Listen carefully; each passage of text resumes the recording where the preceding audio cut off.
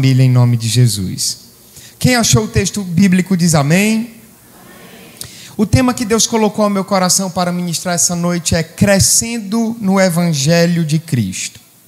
E o texto bíblico nos diz: antes, crescei na graça e conhecimento de nosso Senhor e Salvador Jesus Cristo. Você pode dizer mais um amém? Amém.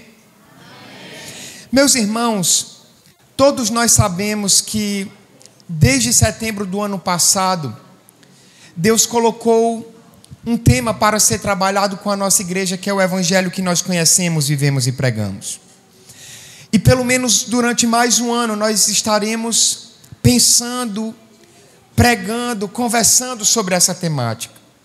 Na verdade, trata-se de um tema muito relevante, sobretudo diante do contexto que nós estamos vivenciando.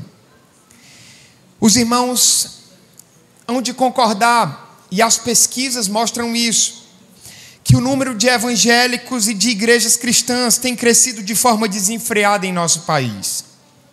Mas é interessante porque os dados nos mostram que esse crescimento não tem refletido de forma positiva em índices da sociedade, como, por exemplo, índices de criminalidade, de prostituição, de miséria. Pelo contrário, escândalos e heresias das mais esdrúxulas possíveis têm envolvido muitas igrejas que não têm responsabilidade com o evangelho genuíno de Jesus. E esse tipo de igreja, esse tipo de atitude tem manchado a imagem de igrejas sérias, de igrejas históricas, de homens e de mulheres de Deus, porque, querendo ou não, essas imagens são vinculadas a nós. Seria cômico se não fosse trágico, mas a realidade é que nós estamos vivendo dias muito complicados, dias sombrios. Mas essa triste realidade, ela não deve nos desanimar, pelo contrário, ela deve nos incentivar, ela deve nos mover a fazer a coisa certa. E a pergunta que nos resta é: como nós podemos fazer a coisa certa? O que nós devemos fazer para não cair nos mesmos erros, nas mesmas heresias, nos mesmos escândalos que nós estamos acompanhando dia após dia? E a resposta, ela é simples, mas não é simplória. A resposta é que, para que não venhamos a cair nesses mesmos erros, nós devemos de fato, verdadeiramente, conhecer, viver e pregar o Evangelho genuíno de Jesus Cristo. É por isso que o grande apóstolo Pedro, entendendo a importância desse tema, ele nos alertou em sua segunda carta que nós devemos crescer, que nós devemos nos desenvolver, que nós devemos amadurecer de forma contínua por meio do Evangelho de Jesus Cristo. Chega de ficar na superfície, chega de viver uma vida de mesmice. Nós precisamos crescer enquanto discípulos de Cristo. Pedro ensina que quando a nossa transformação ela não acontece de forma contínua, de forma crescente, é porque nós nos esquecemos ou não reconhecemos o que Deus fez por nós por meio de Cristo, por meio do Evangelho. Portanto, se pretendemos amadurecer em Cristo, nós temos que aprofundar e ampliar a nossa compreensão do Evangelho como um meio designado pelo próprio Deus para a nossa transformação pessoal e nossa transformação comunitária enquanto igreja. É por isso que Pedro insiste, do começo ao fim de sua carta, que nós devemos crescer continuamente por meio do conhecimento de Deus e do conhecimento de Jesus Cristo. Pedro, além de nos apresentar essa verdade, ele nos encoraja, ele nos impulsiona para que todos os dias, para que continuamente cresçamos no conhecimento de Deus e de Cristo. E talvez o questionamento que cabe a cada um de nós fazer diante dessa rápida introdução é: como nós podemos conhecer a Deus? Como nós podemos conhecer a Jesus Cristo? Essa é a pergunta que vai nos orientar e nos nortear durante toda essa ministração. Pensemos sobre isso no que se refere a Deus Pai. Como nós podemos conhecer um ser eterno, meus irmãos, que existe desde sempre, antes mesmo da criação do próprio tempo. Como nós podemos conhecer um ser tão grande, tão grande, tão grande, tão grande, que a própria palavra vai dizer que o céu é o seu trono e a terra é o estrado dos seus pés. Como nós podemos conhecer um ser tão maravilhoso, tão precioso e tão grande, como afirmou um dos grandes teólogos do século XX, chamado Karl Barth, quando ele diz que Deus é um Deus totalmente outro, no sentido de ser um Deus que transcende completamente a tudo que nós podemos tocar e imaginar. Nós não temos como conhecer um ser tão grande e magnífico como o nosso Deus. E diante de todos esses questionamentos só existe uma única resposta. Gostando você ou não, acreditando você ou não, mas diante da nossa pequenez, diante das nossas limitações humanas, nós jamais poderíamos conhecer a Deus pelos nossos próprios méritos. Nós jamais poderíamos conhecer a Deus pelo nosso intelecto. Nós jamais poderíamos conhecer a Deus por conhecimentos adquiridos em bancos de universidades, por mais famosas e renomadas que sejam. Você poderia procurar as maiores universidades do mundo, mas nenhum professor, por mais magnífico que ele fosse, ele poderia te explicar quem era Deus, desenhar quem era Deus, jamais poderia tornar Deus conhecido a você. Mas eu glorifico a Deus nessa noite, porque diante dessa impossibilidade, a palavra vai dizer que agradou a esse Deus dar-se a conhecer a cada um de nós, manifestado na pessoa de Jesus Cristo de Nazaré. É por isso que João, no capítulo 1, versículo de número 18, vai nos dizer que esse Deus grande, poderoso, criador dos céus e da terra, esse Deus, ele nunca foi visto por ninguém. Mas calma, o texto continua e diz: o Filho unigênito que está no seio do Pai, este o fez conhecer. Portanto, perceba, só podemos conhecê-lo porque graciosamente, amorosamente, misericordiosamente, Deus quis se revelar a nós. Portanto, meus irmãos, Cristo é a maior revelação de Deus ao mundo. Cristo é o Verbo que se fez carne e habitou entre nós. Cristo é o próprio Deus revelado, manifestado à humanidade. E é por isso que eu acho engraçado o contexto de João 14, nos versículos 8 e 9, quando o texto nos mostra um momento em que Filipe chegou até Jesus e fez um pedido inusitado. Filipe chegou até Jesus e disse: Senhor, mostra-nos o Pai. Mostra-nos o Pai, e isso nos basta. E eu acredito que Jesus olhou para Filipe um tanto quanto chateado, um tanto quanto aborrecido, e diz: Filipe, eu estou há tanto tempo convosco e não me tendes conhecido. Como assim? Filipe, quem vê a mim vê o Pai, e como tu me pedes, mostra-nos o Pai. Eu e o Pai somos um, Filipe. Portanto, conhecer a Deus é conhecer aquele que foi manifestado, é conhecer aquele que foi revelado, é conhecer o Verbo que se fez carne. Conhecer a Deus é conhecer a pessoa bendita de Jesus Cristo de Nazaré. Mas entendendo isso, eu preciso fazer uma pontuação extremamente importante, sobretudo para o contexto e compreensão dessa mensagem. A palavra conhecer possui diversos significados no dicionário, e um desses significados diz que conhecer é ter relação com. E isso nos faz entender que somente é possível conhecer alguém se você se relacionar com esse alguém. Eu só conheço a minha esposa porque eu me relaciono com a minha esposa. Eu só conheço o pastor Tiago porque eu me relaciono com o pastor Tiago. Eu só conheço o irmão Wesley verdadeiramente quando eu me relacionar verdadeiramente com ele. E isso é muito relevante, principalmente no contexto da epístola de Pedro, porque um dos fatores que levaram Pedro a escrever a sua segunda carta foi justamente combater uma série de heresias que estava se levantando em seu tempo, em especial uma heresia chamada de gnosticismo. E o gnosticismo defendia que a salvação se dava por meio do conhecimento. No entanto, esse conhecimento defendido pelos gnósticos era um conhecimento mágico, era um conhecimento ritualístico. Portanto, os homens precisariam participar de seus rituais, de suas cerimônias mágicas, para alcançarem o verdadeiro conhecimento. Mas é interessante que, desconstruindo essa ideia herética, Pedro, o apóstolo Pedro, Pedro, uma das colunas da igreja primitiva, defende como testemunha ocular que o conhecimento de Cristo, que por sinal é a única fonte de salvação de um homem, de uma mulher, não se dá mediante fábulas artificialmente compostas, como acreditavam os gnósticos. Pelo contrário, Pedro defende que o conhecimento de Cristo não é mágico, não é ritualístico, não. O conhecimento de Cristo é experimental.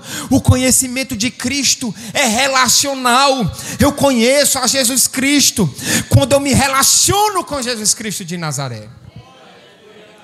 Isso nos leva a uma conclusão muito simples. Eu só posso conhecer a Deus plenamente se eu conhecer a Cristo, porque Cristo é a revelação perfeita e última deste Deus. Mas eu só posso conhecer a Cristo se eu tiver um íntimo relacionamento com Ele. Sabe por quê? Porque Ele é uma pessoa, porque Ele está vivo. Apesar de ser Deus, Ele tem ouvidos para te escutar, Ele tem olhos para te enxergar.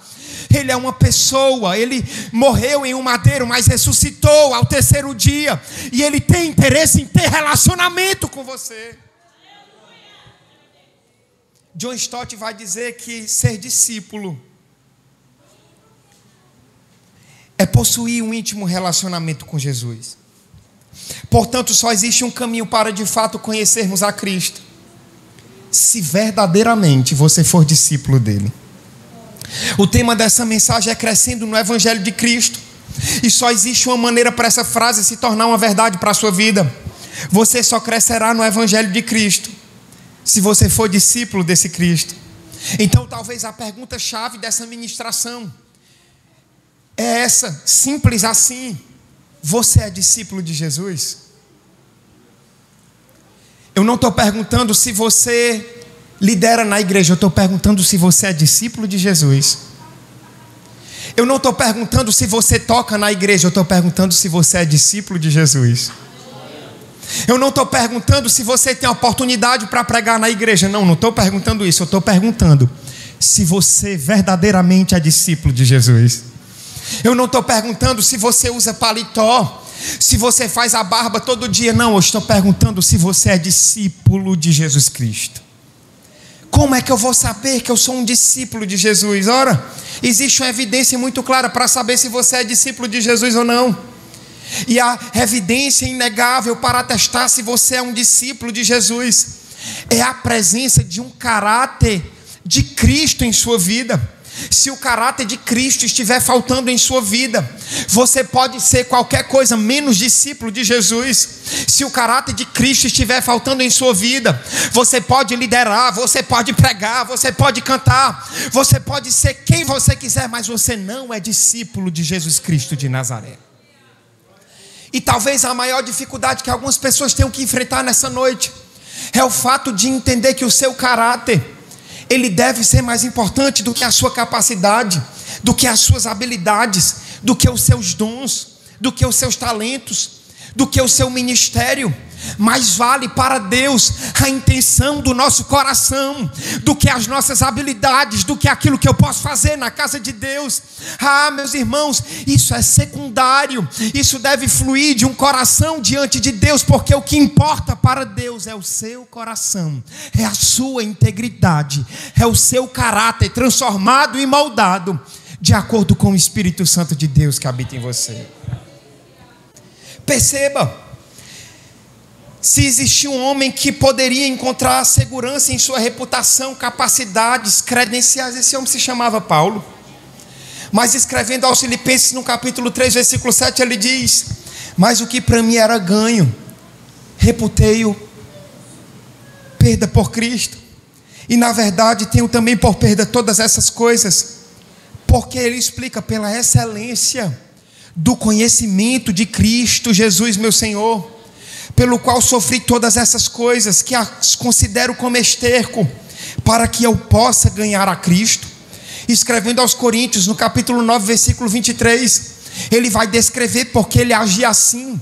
Ele diz: eu faço tudo isso por causa do Evangelho, a fim de me tornar coparticipante dele. Perceba a riqueza desse texto, perceba a riqueza da intenção do coração deste homem chamado Paulo. Ele reconhecia que tudo era lixo, tudo era comparado a um esterco, se comparando em conhecer a Deus, em crescer no conhecimento de Deus, de ser um discípulo de Cristo, de se parecer com Jesus, de viver em conformidade com o Evangelho de Jesus Cristo. Mas essa é a vontade de Deus, não apenas para Paulo. Essa é a vontade de Deus para cada um de nós que estamos aqui.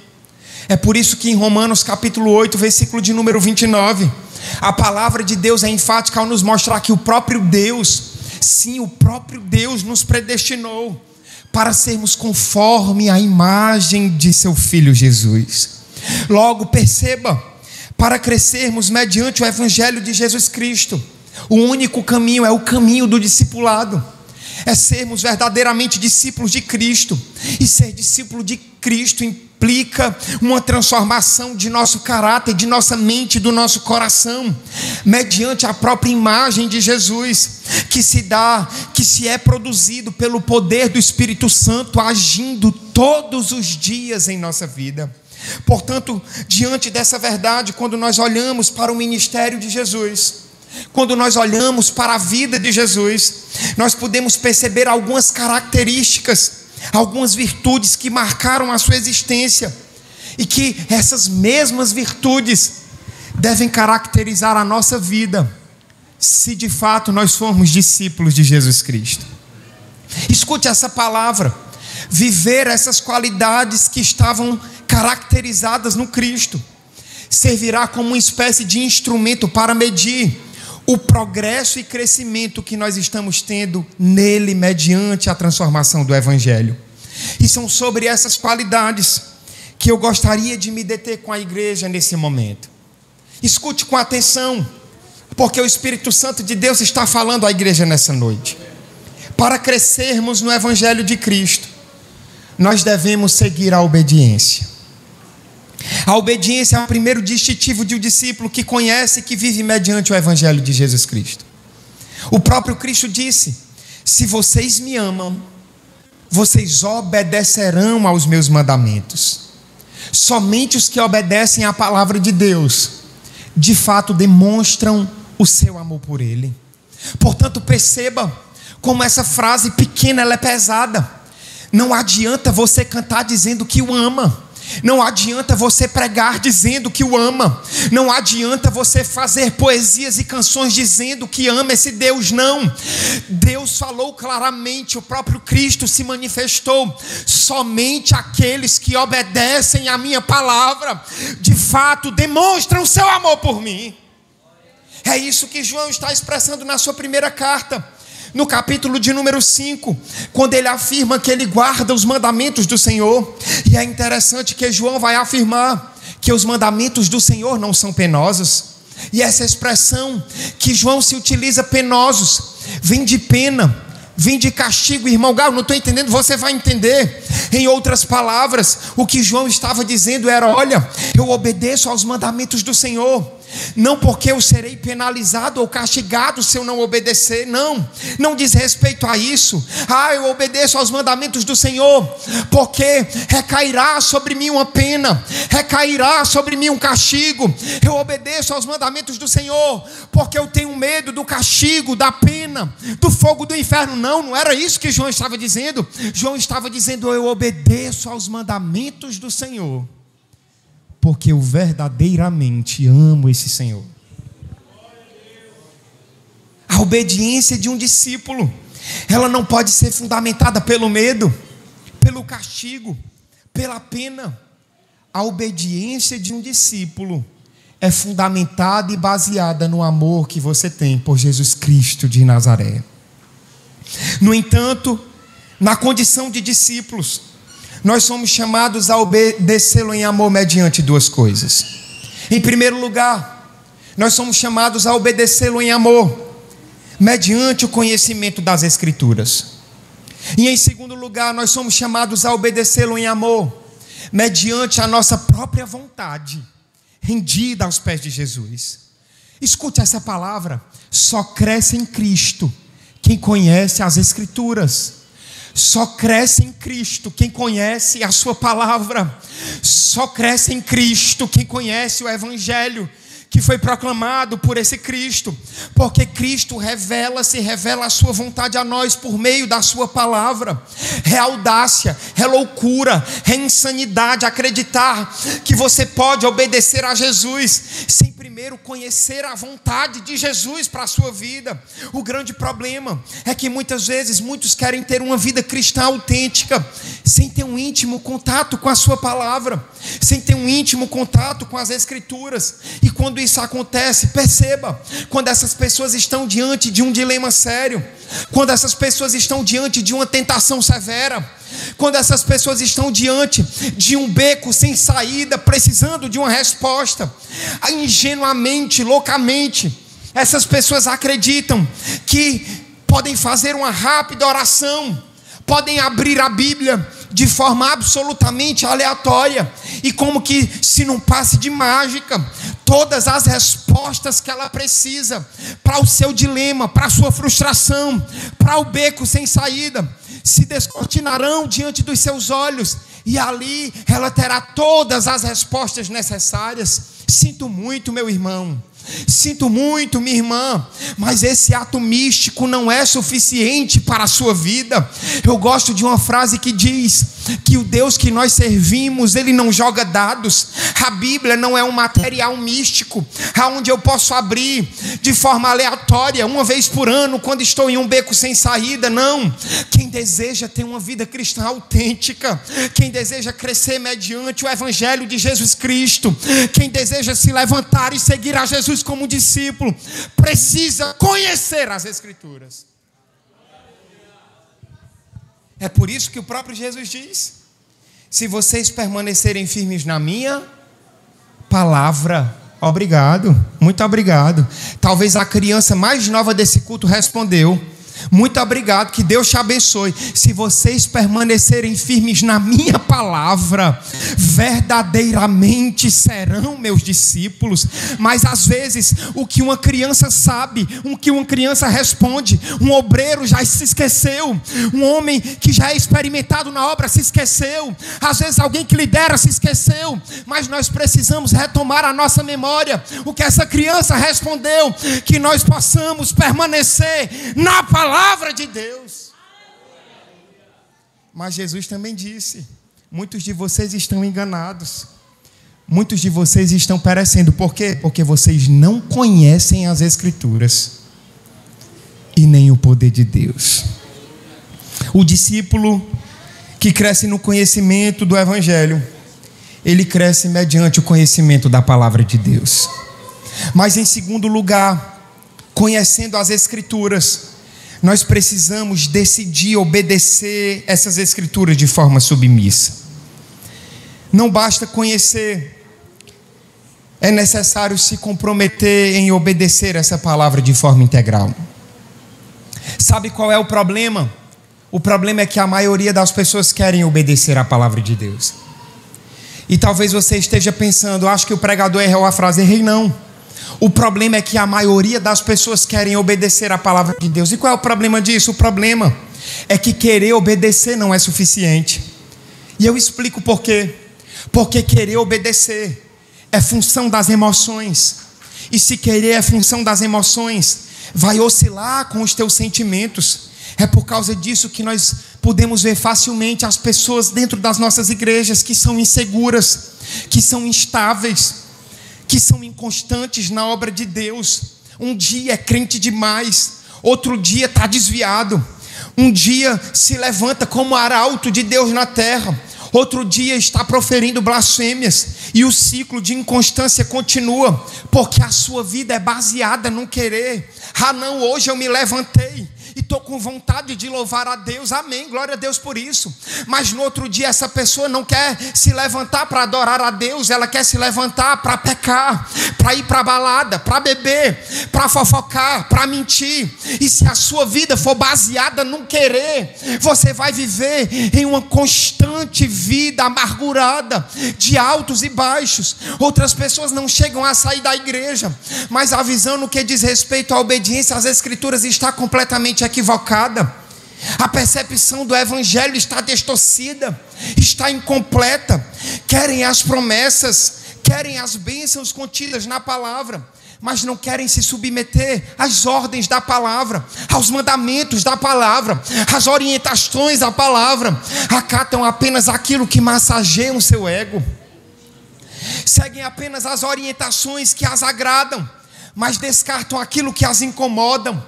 Rejeitam aquilo que vai de encontro com os seus pecados, porque na verdade não estão dispostos a mudarem os seus hábitos e as suas ações que desagradam a Deus. No entanto, meus irmãos, o discípulo que cresce mediante o evangelho de Jesus Cristo, além de conhecer a palavra, ele decide obedecer a palavra de forma integral, porque ele reconhece que toda a escritura foi inspirada por Deus. Conheça a palavra, mas decida todos os dias viver mediante o evangelho de Jesus Cristo. Em segundo lugar, para crescermos em Cristo, além de seguirmos a obediência, nós devemos seguir a submissão. Ser submisso a Cristo é uma atitude interior de confiança plena e restrita à vontade soberana de Deus sobre as nossas vidas. Só cresce no conhecimento do evangelho quem entende que a autoridade de Cristo é suprema em sua existência.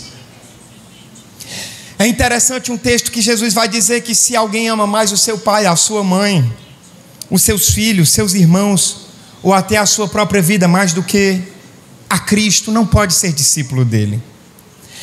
E é claro, meus irmãos, que esse texto ele não reflete a um afeto natural humano, mas se refere a uma autoridade a qual uma pessoa se submete voluntariamente a Cristo, de modo que ela entregue tudo que ela tem, de modo que ela entregue tudo que ela é, confiando que Cristo é soberano sobre a sua existência.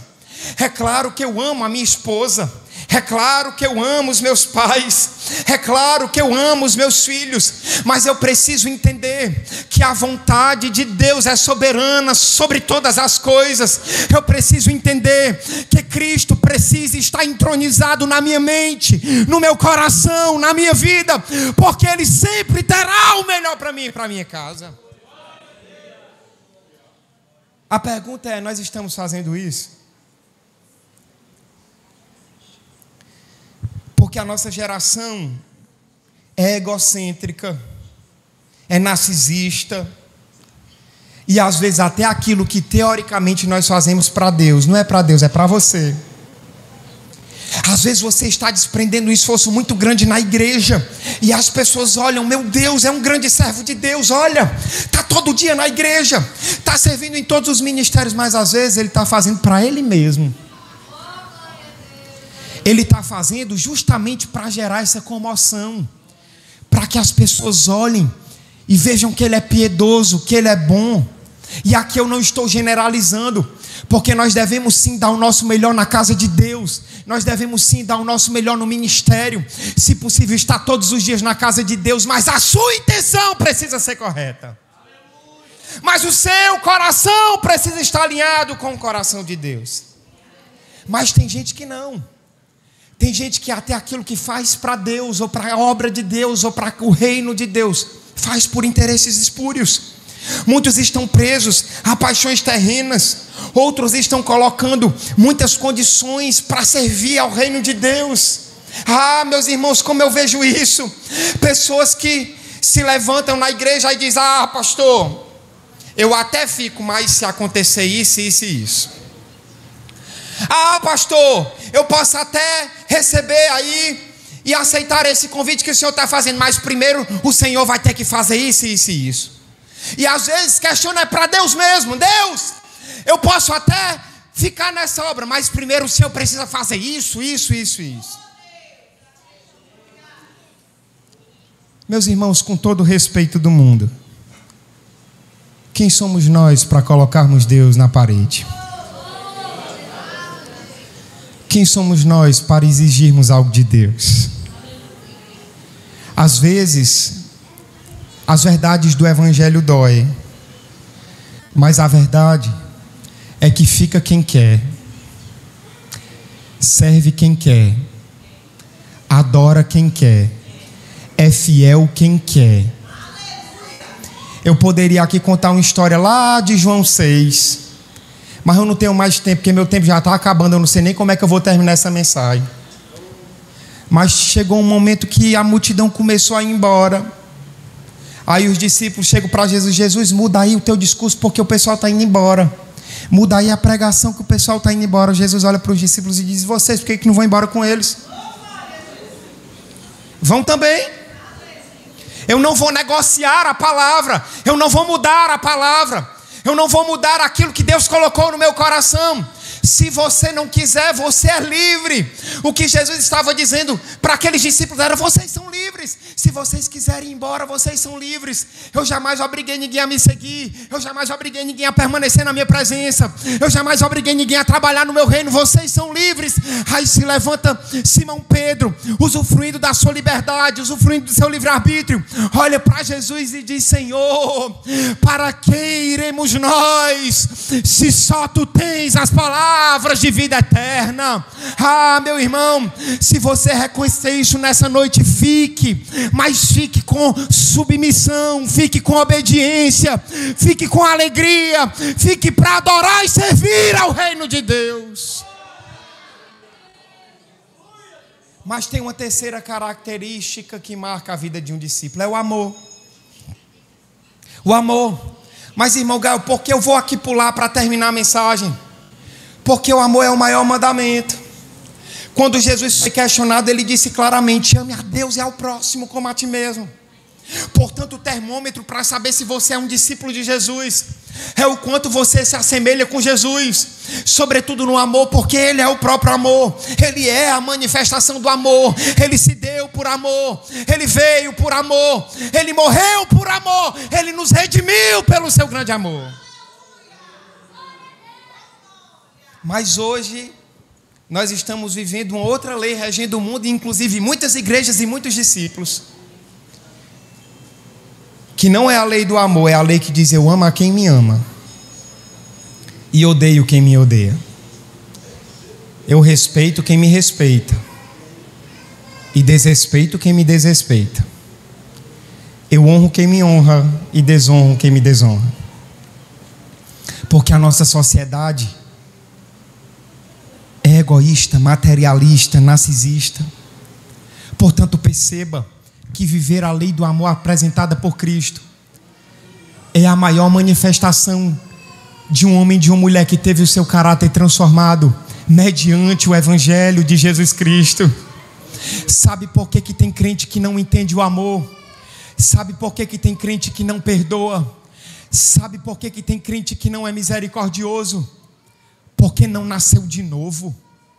Porque precisa ter um encontro com Jesus Cristo de Nazaré urgentemente. Ah, meu irmão, só quem entende esse amor é quem foi perdoado, é quem foi amado, é quem recebeu a misericórdia e o perdão de Deus em sua vida e reconhece isso.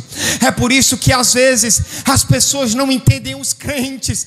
Como é que você ama essa pessoa? Aí você responde: eu amo essa pessoa que não merece, porque um dia eu fui amado por Jesus Cristo sem merecer. Como é que você perdoa essa pessoa? Ah, eu vou te responder: é porque um dia eu fui perdoado por Jesus Cristo sem merecer. E o discípulo é aquele que se assemelha ao seu mestre. Eu acredito que o Espírito Santo de Deus está falando aqui nessa noite. E por fim, para crescermos no Evangelho de Cristo, nós precisamos manter uma vida de oração. Escute, o seu caráter é formado pela comunicação que você tem com Deus. E a comunicação, inclusive eu fiz todo um trabalho de pós-graduação só falando da comunicação, da importância da comunicação, porque a comunicação é o segredo de todo relacionamento saudável. Seja um relacionamento interpessoal, seja um relacionamento corporativo, seja um relacionamento eclesiástico, nada funciona sem relacionamento. E a relação que nós temos com Deus, que nós possuímos com Deus, se dá por meio da oração. Logo, meus irmãos, nós precisamos cultivar todos os dias uma vida devocional de oração. Mas às vezes as desculpas são sempre as mesmas, né? Você chega muito cansado e diz: hoje não dá, Jesus. Ainda bem que tu sabe de tudo. Aí no outro dia você chega mais cansado, porque a rotina é desgastante mesmo. Aí você olha para a cama: Jesus, eu estou cansado, mas ainda bem que tu sabe de tudo. Aí chega no outro dia: Jesus, eu estou cansado, hoje eu vou dormir mais 4 horas, eu me levanto para orar. Que conversa é essa, meu irmão? Que se tu não está orando nem quando tu está acordado, tu vai acordar 4 horas para orar? E aí o que é que acontece? A verdade é que quanto mais tempo você passa afastado de alguém, quanto menos contato você tem com essa pessoa, mais distante você fica, mais o relacionamento vai se deteriorando. E acredite, com Jesus funciona do mesmo jeito. Portanto, você só crescerá em intimidade quando você tiver um relacionamento com Jesus diário, sincero. Quando você entender que não existe tempo mais precioso do seu dia do que estar aos pés de Jesus, porque aos pés de Jesus é conversando com Jesus, é se relacionando com Jesus, que Ele vai te dar a força necessária, que Ele vai derramar a graça dEle sobre a sua vida, a misericórdia dEle sobre a sua vida.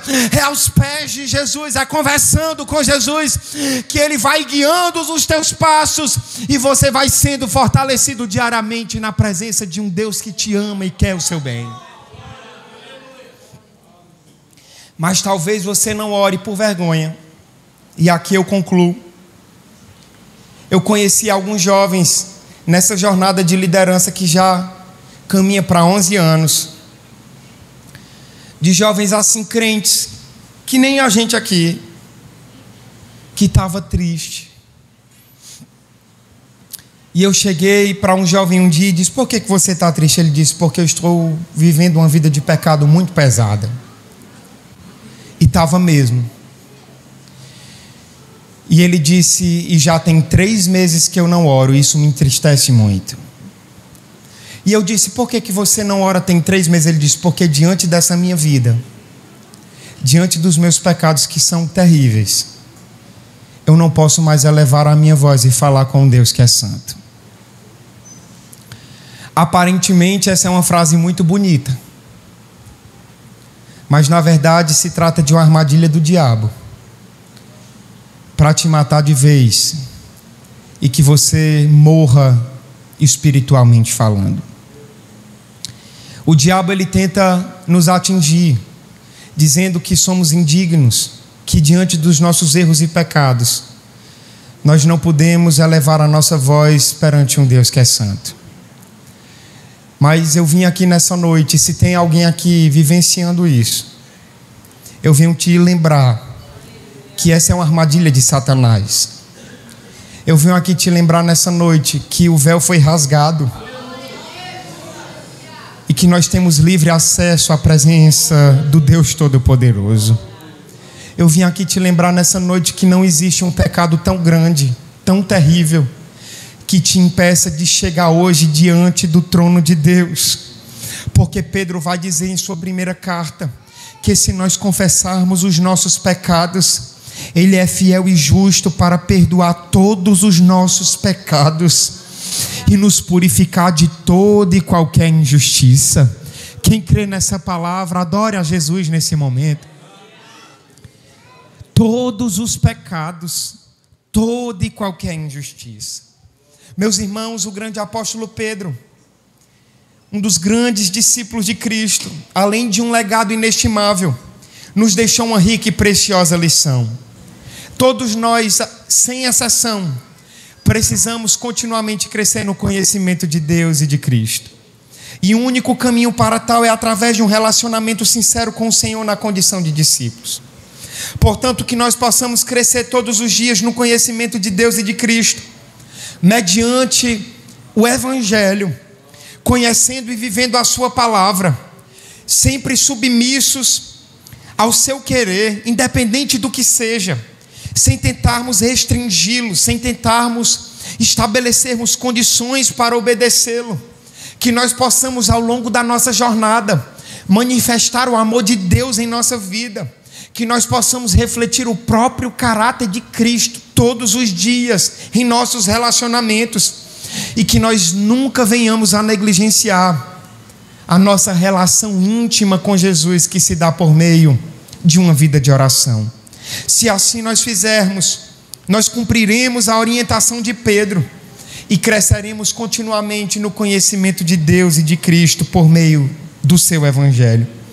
Que nós possamos meditar nessa palavra, que nós possamos remoer essa palavra, e que o Espírito Santo de Deus, de alguma forma, possa tocar o teu coração, possa tocar o meu coração também, para que possamos servir melhor ao reino de Deus, e que possamos seguir no caminho do discipulado, com muita devoção e alegria, seguindo a carreira que nos foi proposta, e que em tudo o nome de Jesus possa ser glorificado, através da minha e da sua vida. Que Deus abençoe a sua igreja em nome de Jesus.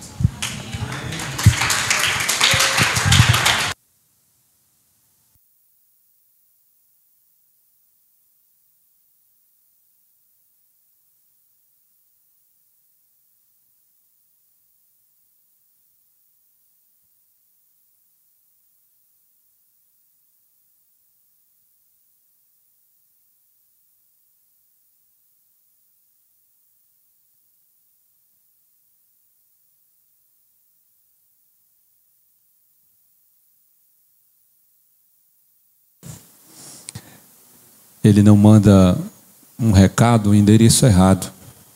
Às vezes nós temos a mania de mandar uma mensagem ou falar para alguém que não veio ao culto e dizer: rapaz, a palavra foi todinha para você. Você não foi para o culto hoje? Não, meu amado. A palavra foi para nós que viemos ao culto esta noite. E para quem ouviu esta palavra através da mídia, talvez. Mas essa palavra não foi para quem não teve a oportunidade de escutar esta mensagem. Ontem, no culto de ensinamento, doutrina, nós falamos a respeito deste relacionamento, muitas das vezes, que é interesseiro, baseado em interesse. E o Senhor, mais uma vez, nessa noite, Ele nos lembra que tem a intenção que a gente se achegue a Ele com o coração aberto, sem interesses. Existe uma armadilha que Satanás usa muito, principalmente com a juventude, que é esta armadilha do afastamento, de por vezes nós estarmos fazendo aquilo que desagrada a Deus, por vezes não estarmos no centro da vontade que a gente sabe que Deus queria para as nossas vidas, fazendo aquilo que muitas das vezes Deus já falou ao nosso coração que não queria que nós estivéssemos fazendo e realizando. E aí, por mais que a gente se aprofunda neste caminho, a gente vai se distanciando de Deus, e aí esta voz do nosso adversário, ela vem fechar tudo isso e completar esse afastamento, dizendo: você nem é digno de estar no culto hoje. Vem para o culto para quê hoje? Fazer o quê? Com esta vida que tu está levando aí. Tu engana só a tua liderança, tu engana quem não te conhece. E aí talvez você veio hoje para o culto com o coração pesado, com o coração entristecido, com esta voz do adversário falando no teu ouvido, mas nessa noite o Senhor ministrou ao teu coração para te dizer: Ele está acessível e disposto a ter um relacionamento contigo novamente. Por mais que você tenha se afastado, por mais que a aliança tenha sido quebrada, por mais que você tenha feito coisas que tenha desagradado ao Senhor, Deus está sempre disposto a te receber de volta, a